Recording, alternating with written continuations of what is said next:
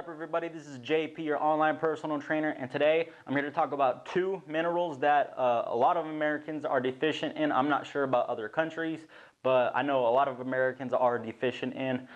Again, these aren't just for health-related components. Of course, you need calcium and iron to be a healthy individual, but these play also a good factor into how good you perform in the gym, whether that be cardio or weightlifting or whatever it is. So if you want to increase gym performance, please continue to watch this video. And also for people who aren't exercising, which you should be, I know for a damn fact that you are playing Pokemon Go because everyone and their mother is. So I mean, if you don't get enough calcium and iron, you may not be able to chase down that Zapdos or Abracadabra that you want to get, that you see across the street in your neighbor's yard, I don't know, in your neighbor's car, whatever it is. But if you want to catch that Pokemon, you got to be able to run faster than it. So right now I'm going to jump right into it, starting off with calcium. The recommended intakes for ages 9 to 13. For ages 9 to 13, men it's 1,300 milligrams and women it's 1,300 milligrams. They are the same. As you can see though, they're the same until you get into the later ages. For ages 14 to 18, it's 1,300 milligrams for both men and women. And for ages 19 to 50, it's 1,000 milligrams for men and 1,300 milligrams for women, okay? So again, those are the recommended daily intakes that men and women need to be healthy, to have normal bodily functions. Now, obviously, most people know that calcium makes up basically the hard components of our body, teeth and bones. Along with phosphorus, it makes up the majority of bone and teeth. So again, that's a good factor. If you're doing strength training, if you're doing resistance training, you're obviously doing some type of, there's some type of stress being placed on our anatomy, on our bones. So if you want a healthy skeletal system, you have to make sure you're getting adequate amounts of calcium. But what a lot of people don't know is that calcium is not just for bones and teeth. It's not just for bones and teeth. It's involved in muscular contraction and relaxation and nerve impulse transmission. As you can know, strength training is heavily dependent upon the nervous system, and obviously hypertrophy and during any type of training, strength training involved too, is heavily dependent upon muscle contraction. So if you're not getting enough calcium, along with having detriments in obviously your skeletal system, and you might eventually lead to diseases like osteopenia and osteoporosis. That means weakening of the bones. You might even have decreased gym performance too. I mean, your body's not going to want to perform optimally if you're missing on this key mineral. So again, you're not going to do as good with just general weightlifting too. So it's not just a bone thing. Most minerals do a lot of things in the body. You can look them up yourself. I'm telling you about it right now. They don't just do one thing. I don't think anything in your body, any mineral or vitamin, does any one thing. So again, you got to make sure you're getting your recommended intakes of calcium.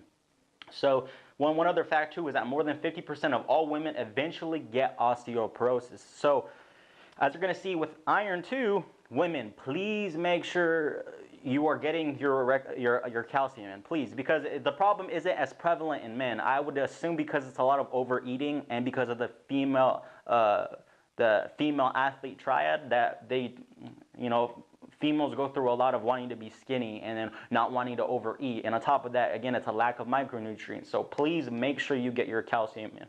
All right, on to iron. The recommended intakes for ages 9 to 13 for men is 8 milligrams. And for women is 8 milligrams. That's the same. But here's where it's a lot different from calcium. It's a lot more different than calcium with iron in the later ages. 14 to 18, it's 11 milligrams for men daily and 15 milligrams for women daily. So again, that's already a little bit more for women that women have to take in. 19 to 30, here's where the huge jump is. 8 milligrams for men and 18 milligrams for women. Okay, that's a big jump. That's more than double that women have to take in than men. And for ages 31 to 50, it's the same thing, 8 milligrams for men, 18 milligrams for women. As you can see, women need a lot more iron than men. But on top of the fact that women need more iron than men, statistically, men take in more iron than women. So how is it that women need more, but men take in more? Well, again, I just think it comes down to this whole stigma of women under eating. Okay, so I have another video on that. You can check that out with women and weightlifting, but you look on my channel, you can find a video on that. But the biggest thing that I see with a lot of women, and it happens with men too, but it's mainly with women, is that women undereat.